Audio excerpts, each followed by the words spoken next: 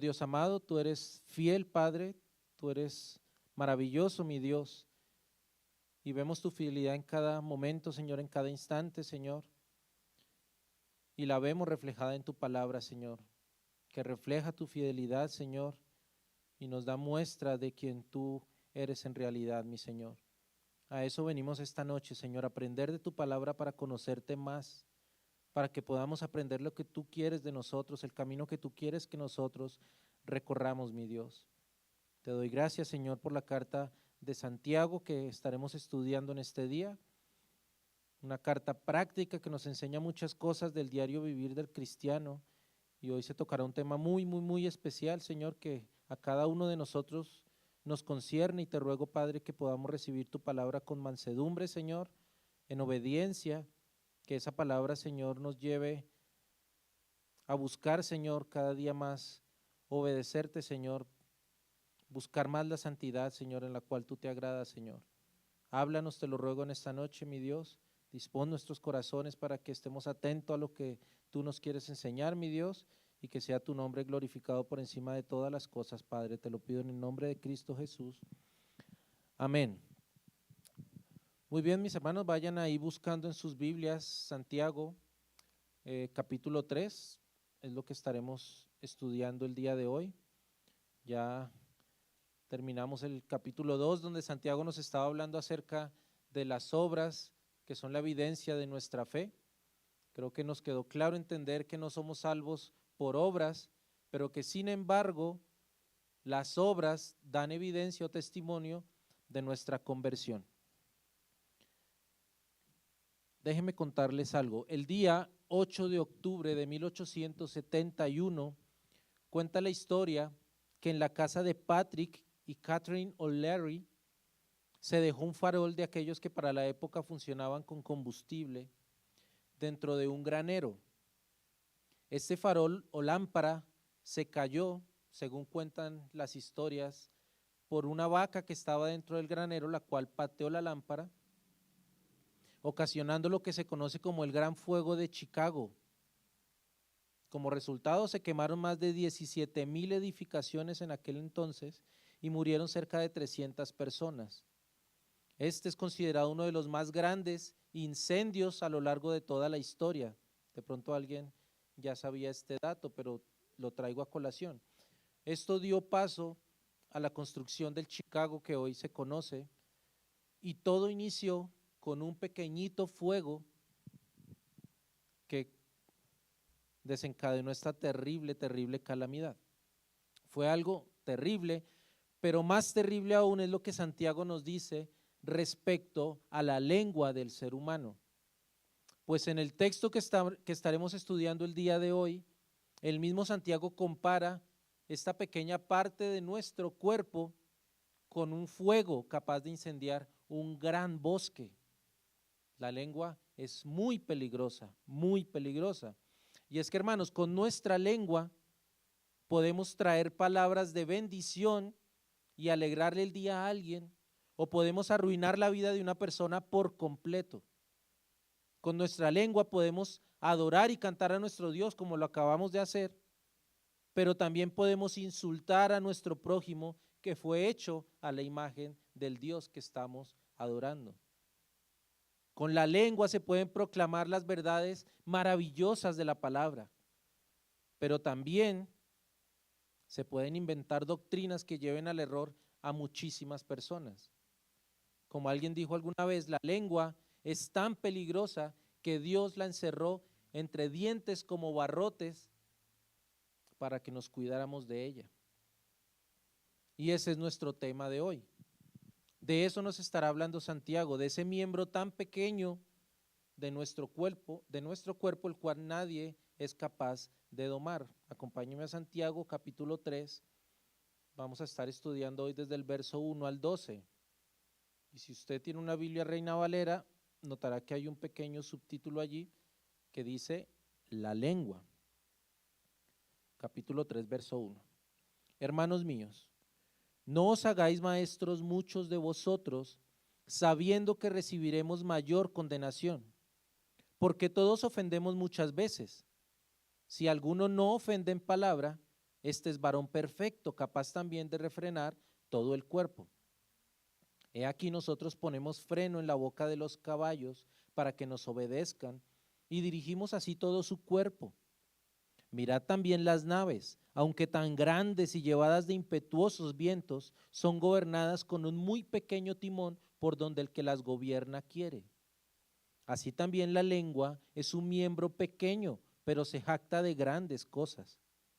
He aquí cuán grande bosque enciende un pequeño fuego. Y la lengua es un fuego, un mundo de maldad. La lengua está puesta entre nuestros miembros y contamina todo el cuerpo e inflama la rueda de la creación, y ella misma es inflamada por el infierno. Porque toda naturaleza de bestias y de aves y de serpientes y de seres del mar se doma y ha sido domada por la naturaleza humana. Pero ningún hombre puede domar la lengua, que es un mal que no puede ser refrenado, llena de veneno mortal. Con ella bendecimos al Dios y Padre, y con ella maldecimos a los hombres, que están hechos a la semejanza de Dios. De una misma boca proceden bendición y maldición. Hermanos míos, esto no debe ser así.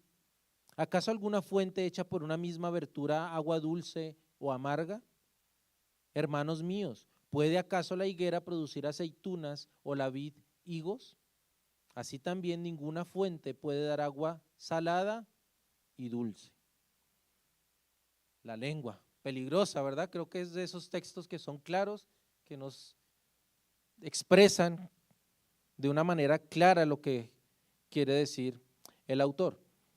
Pero este capítulo 3 inicia con una expresión que ya nos es habitual en el libro de Santiago, y es la expresión hermanos míos. Santiago usa esa expresión continuamente se refiere a la iglesia con esta expresión, hermanos míos.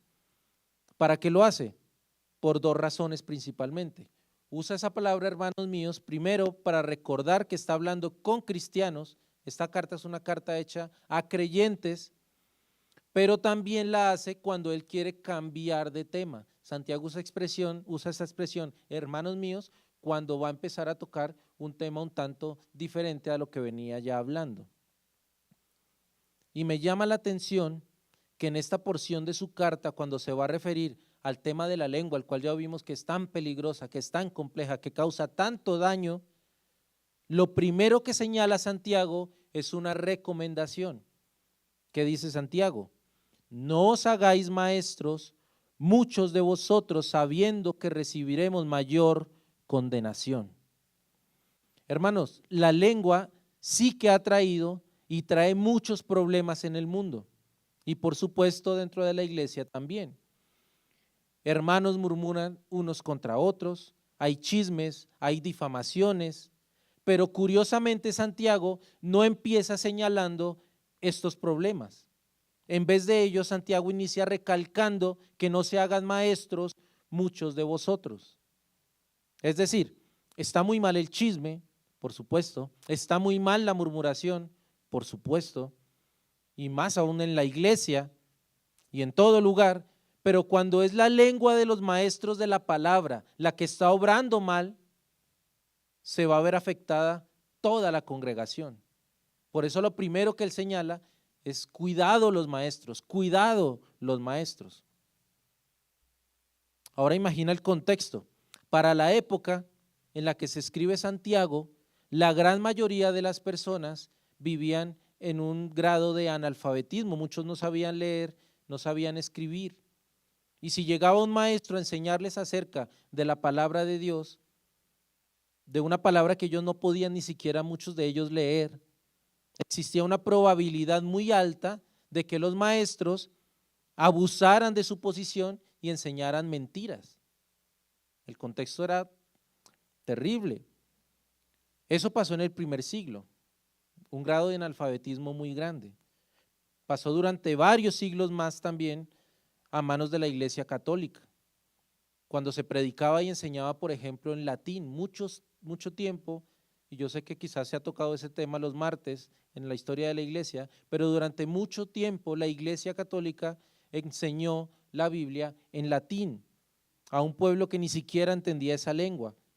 Se podía entonces enseñar cualquier barbaridad y la gente debía aceptarlo a ciegas porque no sabían ni conocían la palabra. ¿Notas el peligro de los maestros que no hacen bien su trabajo? Por eso, mis hermanos, la necesidad de que los pastores y maestros estudiemos las Escrituras. Es indispensable, es necesario, es imperativo que los maestros estudiemos las Escrituras, que leamos, que consultemos antes de pararnos delante de la congregación. Duele mucho saber que hay congregaciones, hermanos, donde los pastores, si se les puede llamar pastores, abren las Biblias 15 minutos antes del servicio a mirar a ver dónde cae el dedo para mirar qué se predica ese día y ni siquiera estudian el texto.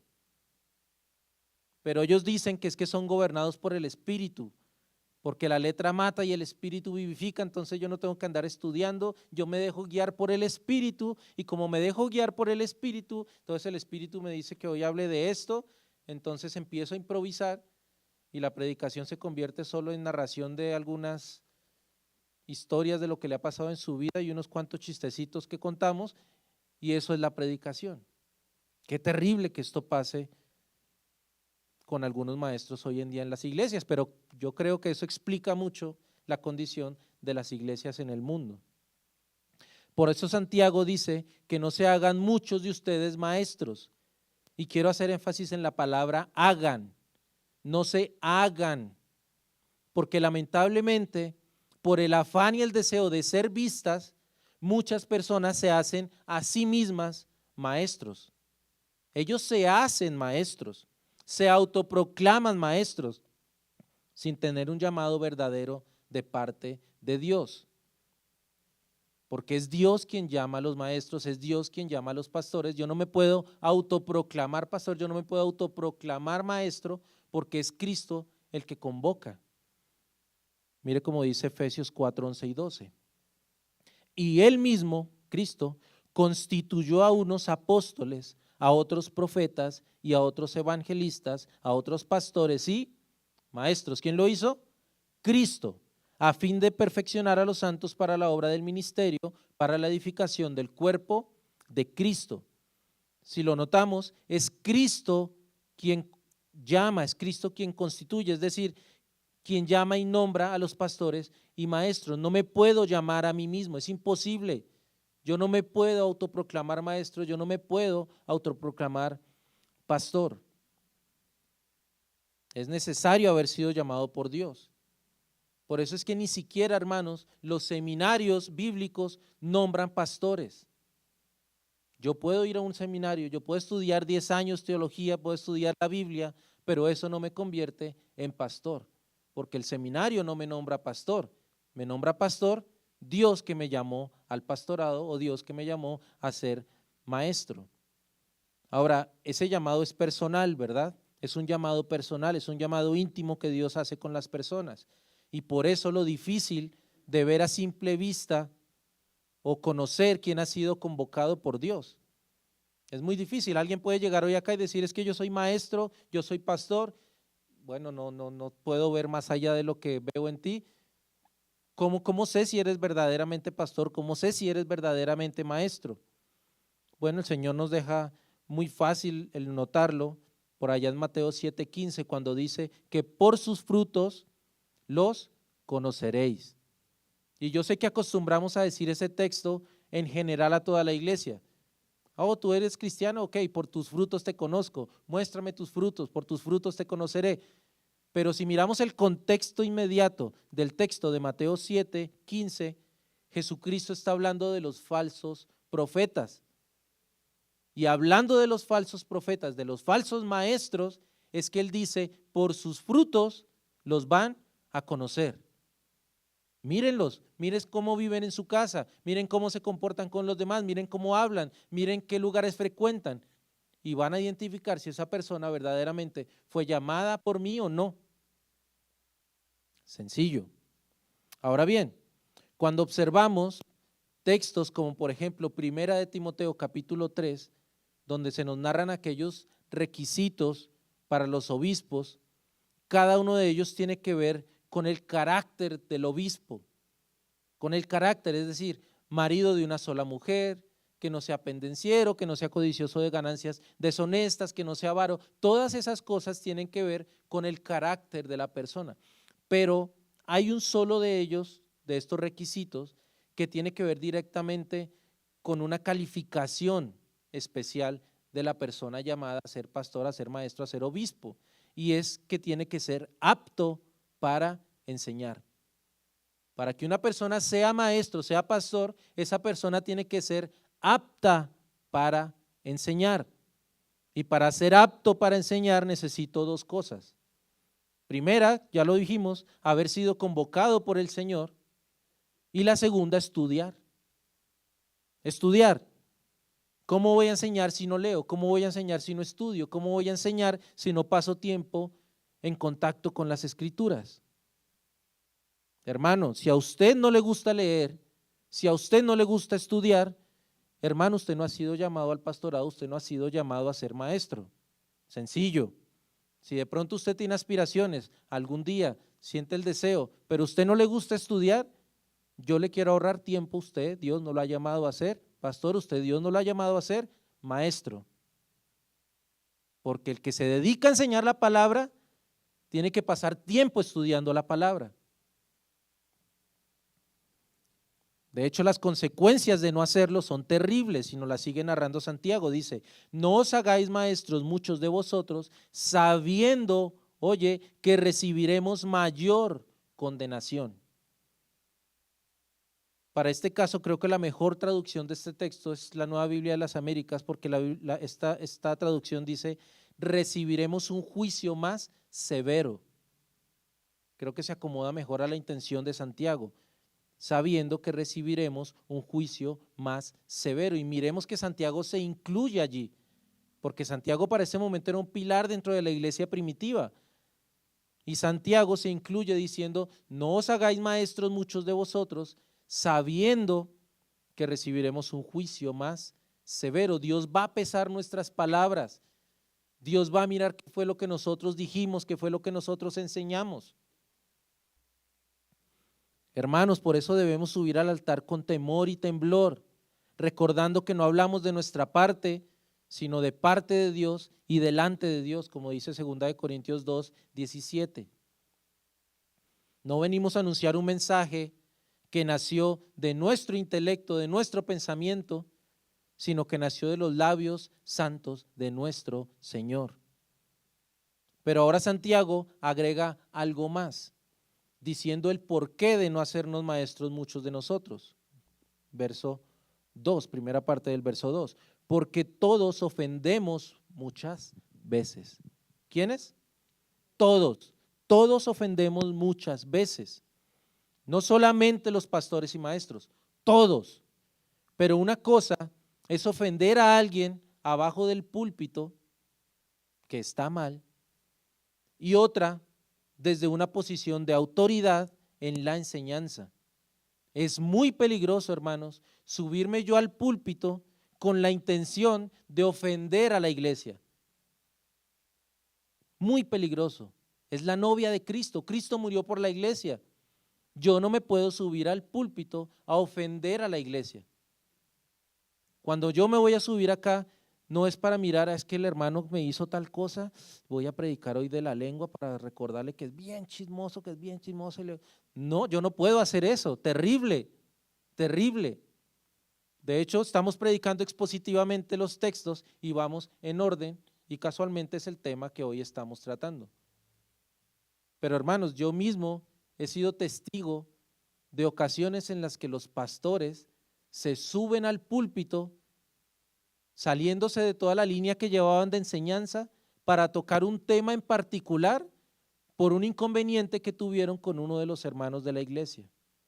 Terrible, terrible utilizar yo el púlpito para ofender a los demás. Terrible. Hermanos, yo no digo que la palabra por sí misma no ofende a los demás. De hecho, la misma Biblia dice que es cortante como espada, ¿verdad? Pero una cosa es que el mensaje me confronte y otra muy diferente, que yo use el mensaje para agredir a la congregación. De ahí la importancia de que Santiago diga que nosotros ofendemos muchas veces, pero lo recalca después de hablar a los pastores y maestros, porque ofender desde el púlpito es aún más terrible que ofender a una persona allá en la congregación. Hay un texto que a mí me hace erizar los vellos, está en Ezequiel 3:17, y es un texto muy fuerte, muy fuerte. Ezequiel narrando esta historia más de 1000 años atrás de Santiago, mira lo que dice, Ezequiel 3:17. Está hablando Dios diciendo: hijo de hombre, yo te he puesto por atalaya a la casa de Israel. Dios le está hablando a Ezequiel, le está diciendo: yo te he puesto por atalaya a la casa de Israel. Y si no sabes qué es una atalaya, digamos que es una persona que ha sido enviada, un mensajero, una persona que proclama un mensaje. Oirás pues tú la palabra de mi boca y los amonestarás de mi parte. Cuando yo dijera al impío, de cierto morirás, y tú no le amonestares ni le hablares, para que el impío sea apercibido de su mal camino, a fin de que viva, el impío morirá por su maldad, pero su sangre derramaré de tu mano, demandaré de tu mano. Pero si tú amonestares al impío y él no se convierte de su impiedad y de su mal camino, él morirá por su maldad, pero tú habrás librado tu alma. ¿Cuál es la función de los pastores, de los maestros que están enseñando la palabra? Predicar la verdad que Dios estableció. ¿Para qué? Para que las almas se salven al escuchar la palabra de verdad. Pero si yo ni siquiera me preparo como maestro para enseñar la palabra, ¿cómo la iglesia se va a edificar? ¿Cómo la iglesia se va a confrontar con su pecado si yo me paro acá únicamente a consentirlo, a decirle que venga, que deje su dinerito aquí y que no pasa nada, usted sigue pecando, que Dios lo quiere así? Pues resulta que si yo hago eso, claro, Dios va a castigar a la congregación, pero la sangre de la congregación, Él va a demandar de mí porque yo tenía la obligación de hablar de su parte, el mensaje que Él ya nos dejó. Amén. Hermanos, es muy fácil ofender con nuestras palabras y me atrevería a decir que todos los que estamos acá reunidos, a excepción de los más pequeñitos que aún no saben hablar, ya hemos pecado de esta manera. Todos los que estamos aquí ya hemos pecado al ofender a alguien, al lastimar a alguien, al decir mentiras, al engañar con nuestra lengua.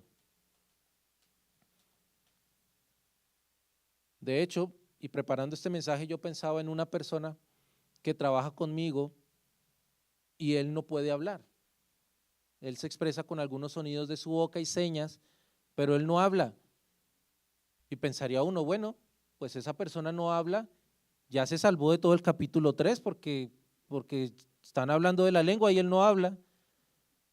Pero si tú lo miras, es una persona tremenda.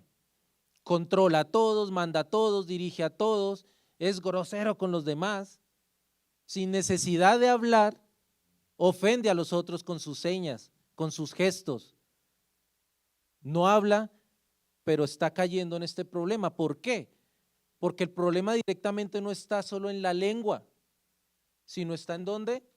En nuestro corazón. Porque de lo que hay en nuestro corazón es de lo que habla nuestra lengua. Seguimos con el verso 2. Si alguno no ofende en palabra, este es varón perfecto, capaz también de refrenar todo el cuerpo. He aquí, nosotros ponemos freno en la boca de los caballos para que nos obedezcan y dirigimos así todo su cuerpo. Mirad también las naves, aunque tan grandes y elevadas y llevadas de impetuosos vientos, son gobernadas con un muy pequeño timón por donde el que las gobierna quiere. Así también la lengua es un miembro pequeño, pero se jacta de grandes cosas. Ahora, habiendo hablado específicamente de los maestros, Santiago empieza a generalizar y dice que si alguno no ofende con sus palabras, este es un varón perfecto. Acá la palabra perfecta es una palabra griega, teleios, que puede significar dos cosas. O significa perfección literal, impecable, limpio, perfecto, o significa maduro.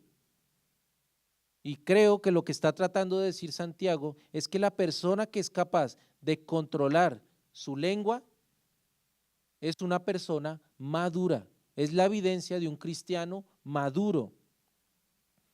En este caso, una persona que no ofende a otras con sus palabras está evidenciando un corazón maduro, es decir, que a la medida que crezcas en el conocimiento y en tu comunión con Dios, será inevitable que tu manera de hablar va a ser diferente. Es inevitable. Tú no puedes decir que llevas 10 años siendo cristiano si hablas igual o peor que antes de conocer a Cristo. Tu lengua está evidenciando que tú realmente no has conocido a Dios. Porque una de las consecuencias de haber renacido, de haber nacido de nuevo, es que ahora mi forma de hablar es diferente porque tengo un corazón nuevo. Porque antes tenía un corazón de piedra y hablaba conforme a lo que ese corazón de piedra tenía, pero ahora Dios puso en mí un corazón de carne y ahora hablo lo que un corazón vivo por la palabra de Dios debe de hablar. Es inevitable que tu manera de hablar va a ser distinta. Vas a pensar las cosas antes de decirlas. Esas son las evidencias de un cristiano maduro. Ahora tú no hablas por hablar, ahora tú esperas un poco, piensas las cosas y luego hablas, ya no eres impulsivo. ¿Por qué? Porque has empezado a controlar tu lengua. No vas a hablar por hablar sin tener conocimiento de las cosas. Entonces, si alguien te llega contando un chisme, tú no te vas a ir a contarlo a todo el mundo porque tú primero te cercioras. ¿Será que lo que están diciendo es verdad? ¿Será que es mentira? Tú no haces parte de la cadena del chisme porque tú has aprendido a controlar tu lengua. Ya no te involucras en chismes que dañan a otros. ¿Por qué? Porque ya eres un cristiano maduro. No darás tu opinión cada vez que se te ocurra.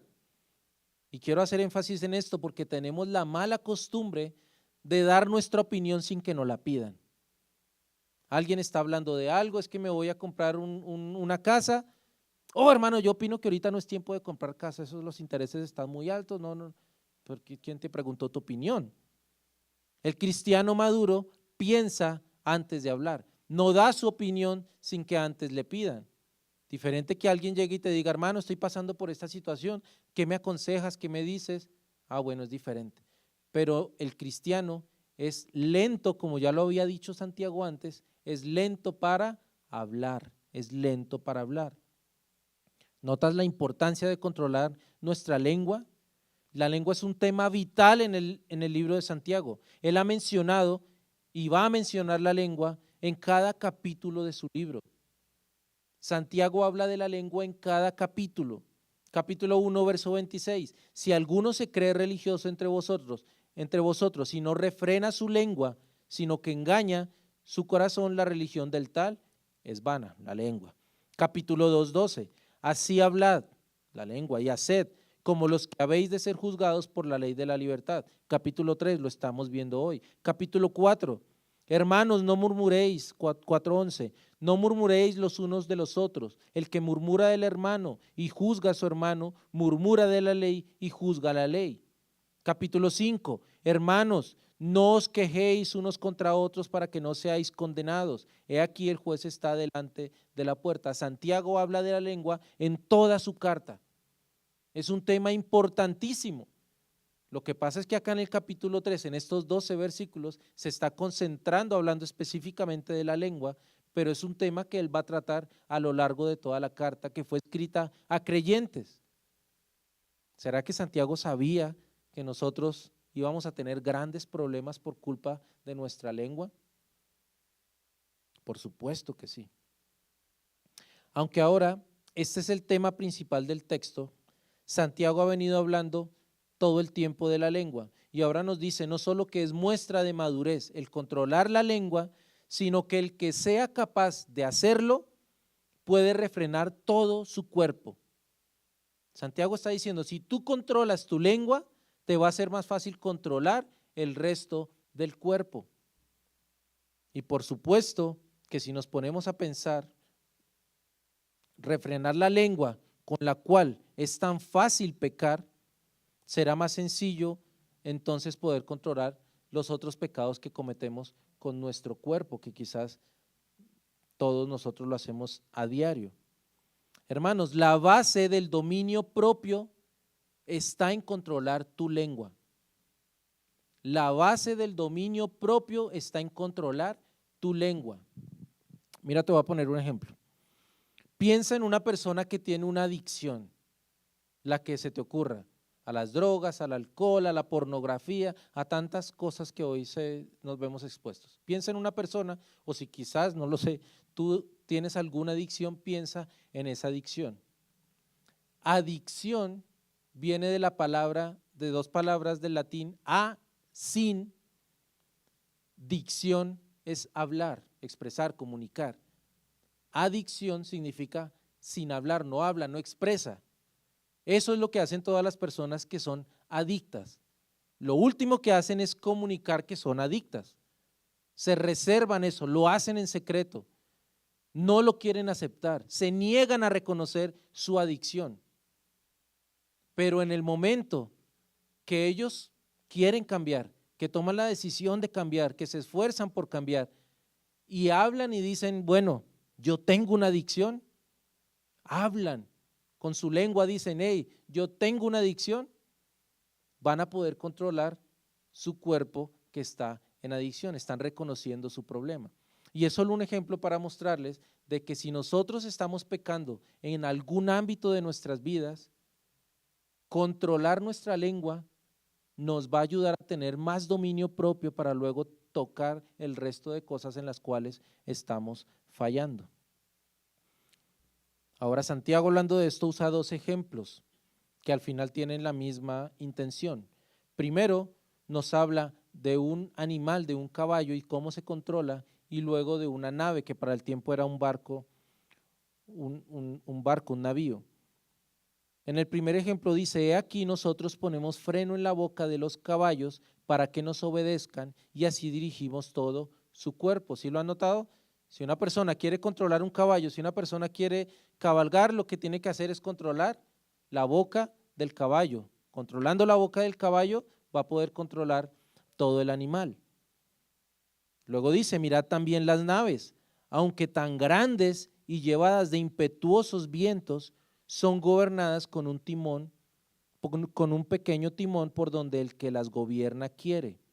Es el mismo ejemplo. Está hablando de cómo se controla todo un ser, todo un cuerpo con algo tan pequeño. Y así pasa con nuestro cuerpo. La lengua es como si controlara todo nuestro cuerpo. El propósito de ambas ilustraciones es mostrar cómo un miembro tan pequeño guía todo nuestro cuerpo. De hecho, basta con escuchar la manera de hablar de una persona para que podamos deducir con qué persona nos estamos enfrentando. Solo basta con escuchar, habla con una persona 2 minutos y con solo escuchar tú ya sabes más o menos esa persona, qué tipo de persona es. La forma de hablar nuestra es reflejo de lo que alberga nuestro corazón. Y de esto estaremos hablando un poquito más adelante. Pero cuando te encuentras con una persona prudente, una persona callada, templada, da evidencia de tener un dominio propio más elevado. Toda la Biblia habla de la lengua y Proverbios es uno de los libros que más nos habla al respecto. Mira cómo dice Proverbios 17:28. Aún el necio, cuando calla, es contado por sabio. El que cierra sus labios es entendido. Aún el necio, hermanos. ¿Cuánto más nosotros que somos creyentes tenemos que controlar nuestra lengua? Verso 5.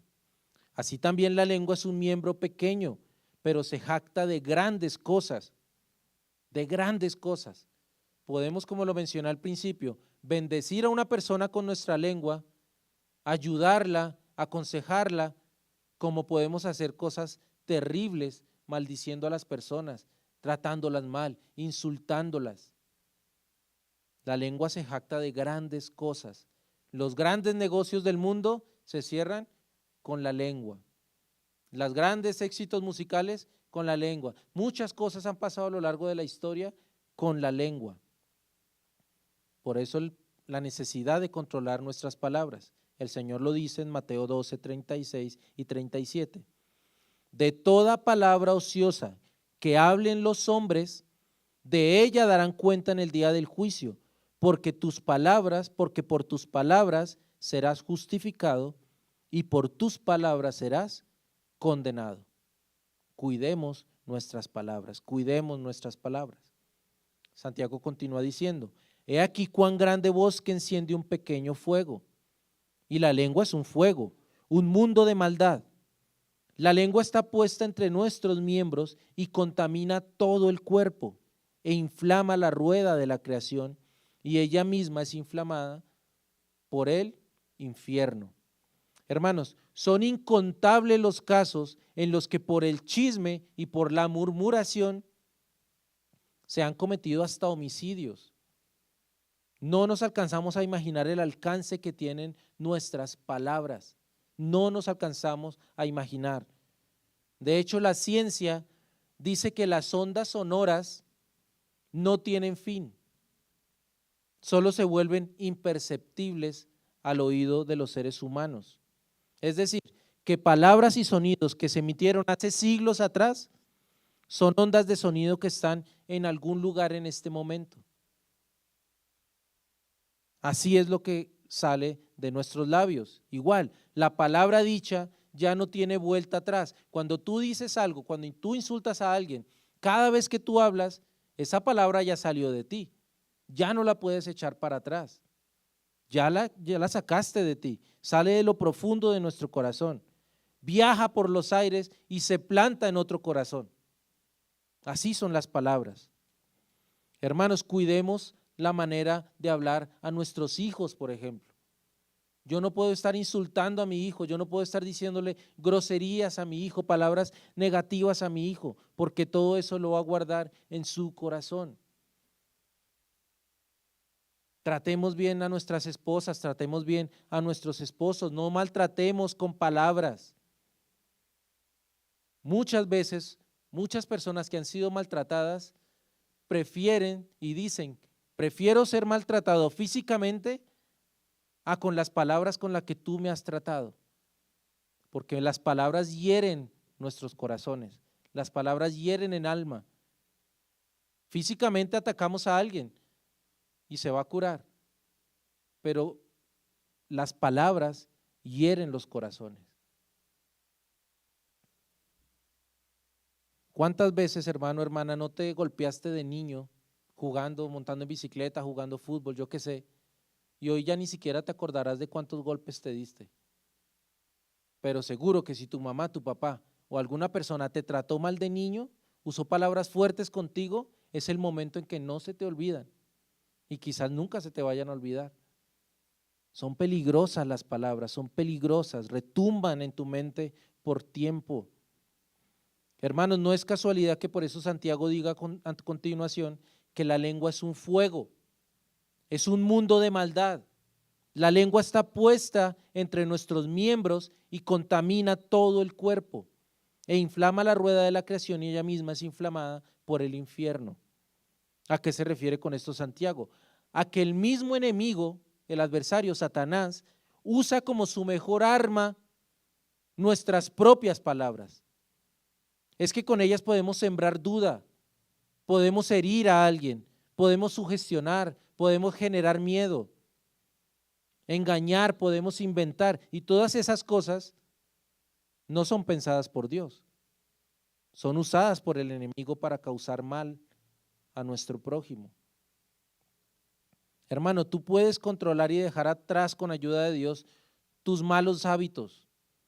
Te puedes alejar de personas que te llevan a pecar, te puedes alejar de lugares que no te conviene frecuentar, de diferentes formas de pecado, pero la lengua es un mal difícil de refrenar, difícil de controlar.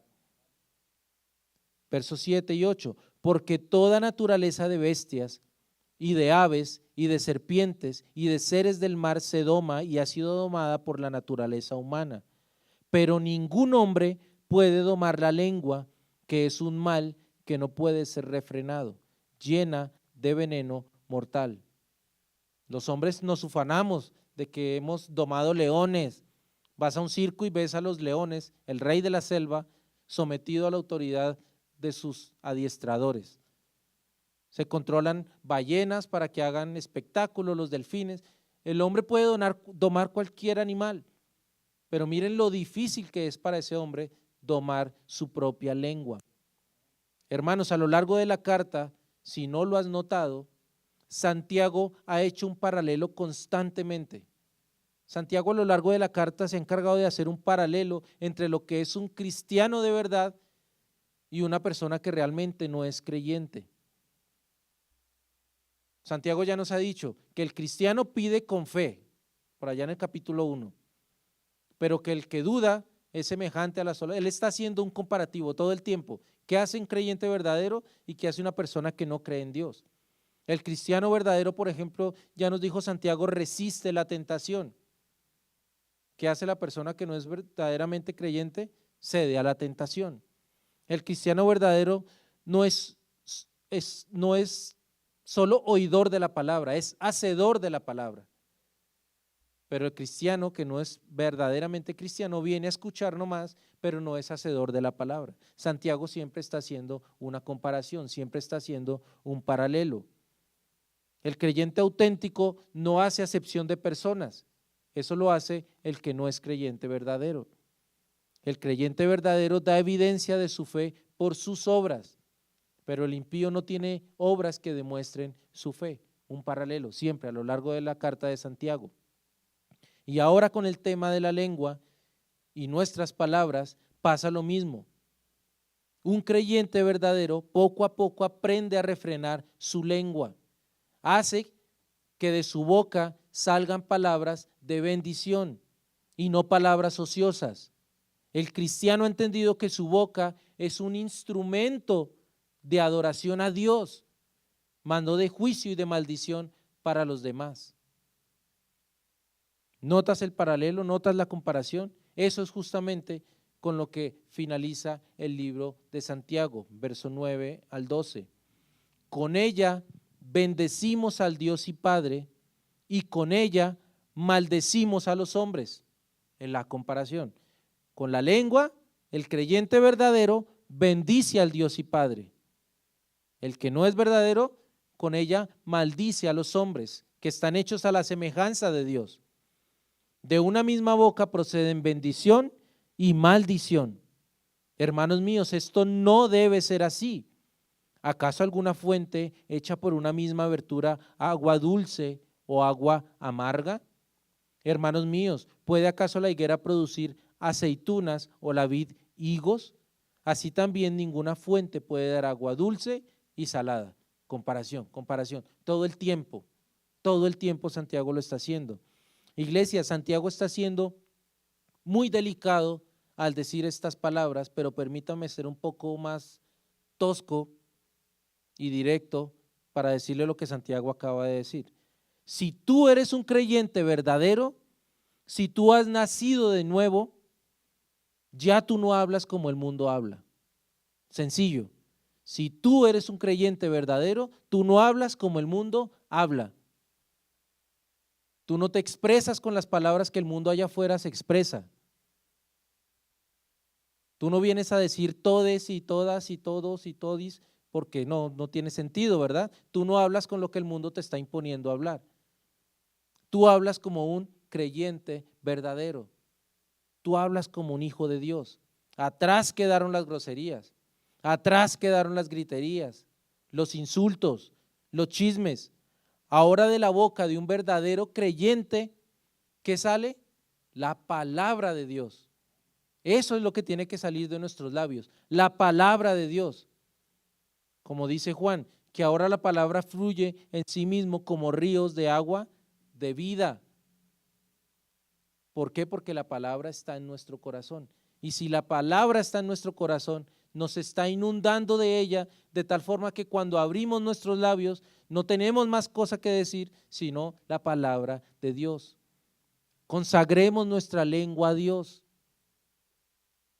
Alejémonos de las personas que están en chisme todo el tiempo.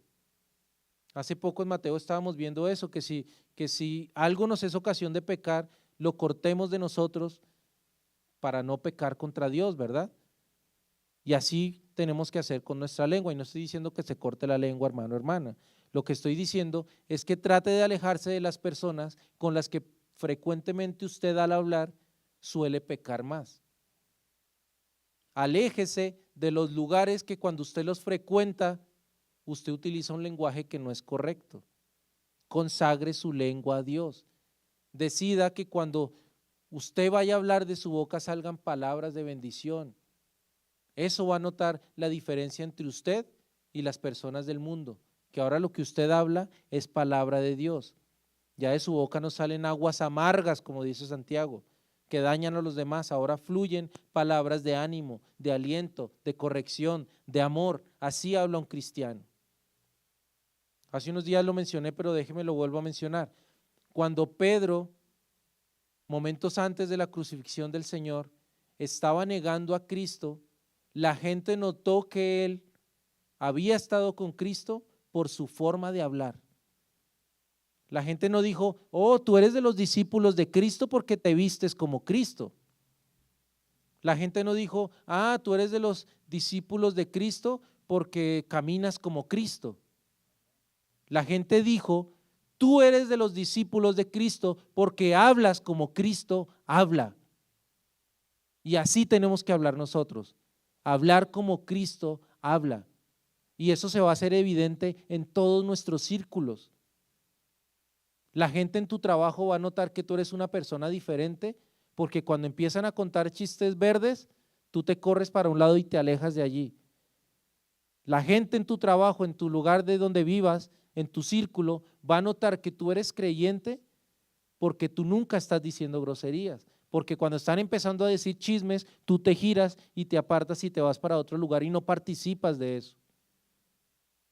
Porque tu boca y tu palabra siempre está proclamando las bondades, las virtudes de aquel que te llamó de las tinieblas a su luz. Que la gente diga, ay, qué fastidioso ese cristiano siempre hablando de Dios. ¿Qué importa? ¿Qué importa que la gente diga, ay, pero siempre uno no puede empezar a hablar con usted porque usted ya empieza a hablarle a uno de la Biblia? ¿Qué importa? Gloria a Dios. Gloria a Dios. Alégrese cuando le pase eso y preocúpese si cuando usted está con la gente, usted está participando de cada una de las cosas que ellos están haciendo. Consagremos nuestra lengua al Señor. El día que hagamos eso, si es que no lo hemos hecho aún, le aseguro, hermano, hermana, por la palabra de Dios, que le será más fácil empezar a controlar los otros pecados en los cuales usted se está viendo inmerso, en los que se está viendo involucrado. Yo no puedo hablar en mi casa como un mundano, porque acá todos parecemos creyentes, pero en casa, si ahorita vamos al salón de los chicos y le pregunto a un niño, ven, ¿cómo habla tu papá? ¿Cómo habla tu mamá? ¿Qué mira tu papá en televisión? ¿Cómo trata tu papá a tu mamá? ¿Papá cocina en casa? ¿Le ayuda a tu mamá? ¿Tu mamá se somete a la autoridad de tu esposo? ¿Cómo? Es que, hermanos, es evidente, no podemos esconder que somos creyentes, es algo que es inevitable, no lo podemos ocultar. Que una persona sea cristiana, dice la palabra, que es como una lámpara en medio de tinieblas y una luz no se puede esconder. Donde usted llegue no puede llegar a hacer lo que hacen los otros, usted tiene que ser diferente. Eso es dar testimonio de Cristo. Eso es dar testimonio de Cristo. Voy a terminar con un texto que está en Primera de Pedro, capítulo 3, ahí adelantito de Mateo, solo pase la página. Primera de Pedro, capítulo 3, verso 8. Vamos a leer desde el 8 al 12. Primera de Pedro, capítulo 3, versos 8 y 12. ¿Qué le parece si nos ponemos de pie? Vamos a leer este texto para terminar el estudio de hoy. Dice la palabra de Dios: finalmente, sed todos de un mismo sentir, compasivos, amándonos fraternalmente, misericordiosos, amigables, no devolviendo mal por mal, ni maldición por maldición, sino por el contrario bendiciendo, sabiendo que fuisteis llamados para que heredaseis bendición. Porque el que quiere amar la vida y ver días buenos, refrene su lengua del mal y sus labios no hablen engaño. Apártese del mal y haga el bien, busque la paz y sígala, porque los ojos del Señor están sobre los justos y sus oídos atentos a sus oraciones, pero el rostro del Señor está contra aquellos que hacen el mal. Vamos a orar. Señor Dios Todopoderoso, te doy muchas gracias, Señor, por lo que hoy nos has enseñado en tu palabra. Te doy muchas gracias, Señor, porque entre todos los miembros que diste en nuestro cuerpo, pusiste uno, Señor, que es la lengua con la cual podemos alabarte, glorificarte, predicar el evangelio, Señor. Muchas gracias, Señor. Pero te ruego también que nos ayudes a controlar nuestra lengua, Señor, porque así como puede ser usada para el bien, la podemos usar, Señor, para pecar contra ti, mi Dios. Y hoy yo te quiero pedir perdón por todas las veces, tanto que yo como mis hermanos, Señor, te hemos fallado con nuestros labios, con nuestras bocas, con nuestras palabras, Señor. Perdónanos por todas las veces que nos hemos visto involucrados en chismes, en conversaciones vanas, Señor, quizás hasta vulgares. Padre, perdónanos, Señor, porque muchas veces no te hemos glorificado ni hemos demostrado nuestro cristianismo con nuestras palabras, Señor. Te ruego, Padre, que nos des la fortaleza, Señor, el dominio propio, el autocontrol para poder domar este miembro, Señor, tan pequeño, pero que puede causar un mal tan grande, Señor. Ayúdanos, mi Dios, a que nuestras bocas sean consagradas y entregadas a ti, mi Dios, que con ellas bendigamos, que con ellas proclamemos tu palabra, Señor, que con ella aconsejemos a nuestro prójimo, guiemos a nuestros hijos, amemos a nuestros seres queridos, Señor. Que sea nuestra lengua un instrumento en tus manos para traer bendición a los demás, Señor, y no que sea un instrumento usado por el enemigo para traer maldición a los otros, mi Dios. Oh Padre, a ti te doy muchas gracias porque eres bueno y eres maravilloso, Señor. Tú eres fiel y eres verdadero, Señor. A ti nos sometemos, Señor, y al poder de tu palabra y a lo que ella nos enseña, Señor, porque es un espejo en el cual nos observamos y podemos ver cuán pecadores somos, mi Dios. Ayúdanos, Padre, te lo ruego, a ser más obedientes a tu palabra, Señor, a que lo que escuchamos el día de hoy no se quede solamente en el aire, sino que sean palabras que realmente resuenen en nuestros corazones para vivir en obediencia, Señor, y en santidad. A ti te lo pedimos, Señor, en el nombre precioso de Cristo Jesús. Amén y amén. Muchas gracias.